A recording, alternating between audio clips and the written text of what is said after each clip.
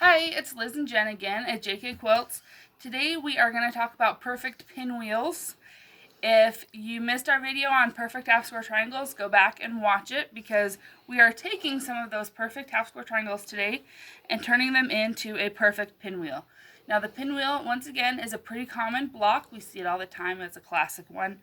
But where all these little seams meet at the center, they get pretty bulky. And it's easy to lose your points. And it is easy to lose your points. So we're going to talk about how to make a perfect pinwheel. The first thing you do is make a perfect half square triangle. Right. Done. And square it up. And square it up. See this little scraps? Yeah, we squared them up. We squared it up. Now, the next step here is, you'll notice we talked last time about pressing. For this one, we did press them all to the side. And that's a big trick for making pinwheels and spinning them and getting a nice flat seam. You're actually going to get a flatter seam pressing to the side on this one than pressing open. Yes. And I will show you why. Now, the nice thing is, don't worry when you go to lay out your pinwheel if you have to spin all your blocks 1,000 times. It's trickier to lay out than we think it is. This is true. But the nice thing is we'll come over here and lay these two right sides together. And because I pressed them to the side, they're going to just nest right nicely here. They just, if you don't know what nesting is, that means this side that I pressed and this side that I pressed are going to kind of like lock in together. And then I know I'm in just the right place. So then I'll go ahead and put it on my handy little machine, and Liz can prep the next one for me because I'm a chain piecer.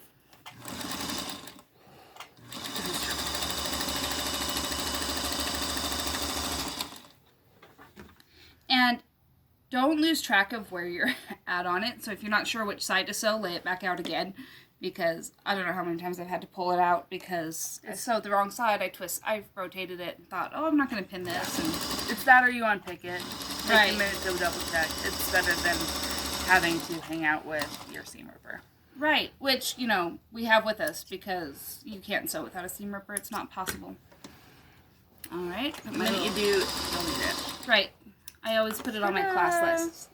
Now, which way do I press it this time? Okay. Again, when we do pinwheels, it seems a little counterintuitive. Like we would think, well, maybe we should just keep going clockwise or something, right? No, we're going to press to the same color. So, for instance, on this pinwheel, I press to the red. Or on these half square triangles, I press to the red. So again, when I press this, I'm going to press it to the red. And not just because it's the dark side. Not because it's the dark side.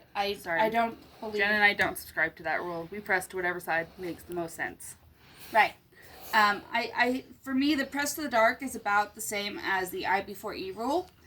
There are more exceptions than uses, applications for it.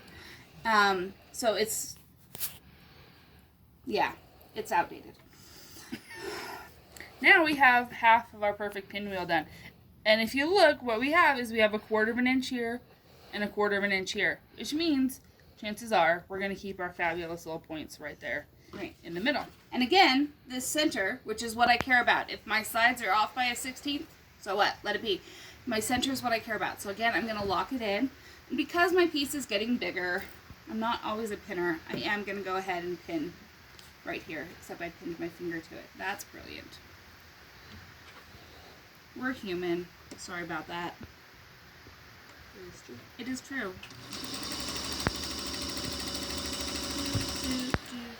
Just want it to flip up. Push it back under.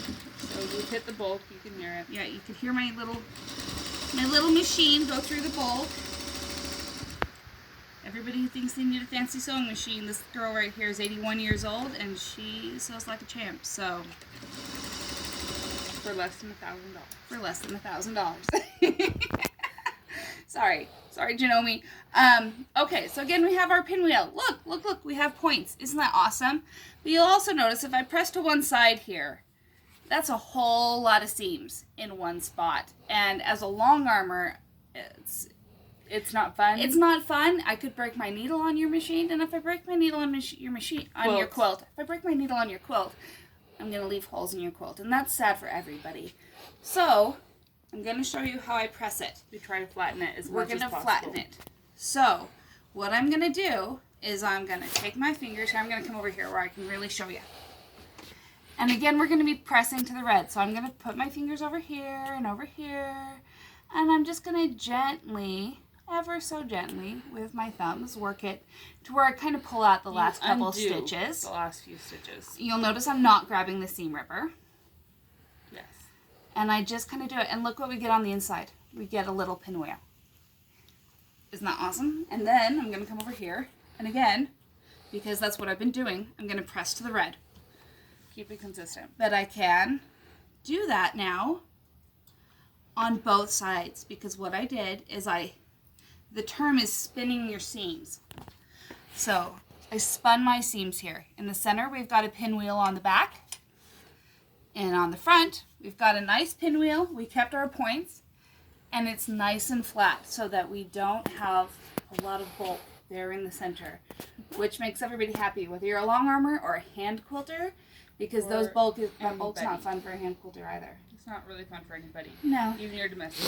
Even your domestic machine's going to hate it. But it's how you get your points to really show up. When you start having to fold those big seams, you start losing points. You do lose points in bulk. It's why in small piecing we press open, is to avoid the bulk so that we don't lose our points. Yep. So this was perfect pinwheels. It's really pretty simple. Just learn how to press it and Right. make your house triangles right. Right. Then you got perfect pinwheels. And it'll work out every time. Yep. Thanks. Have a good one. Bye.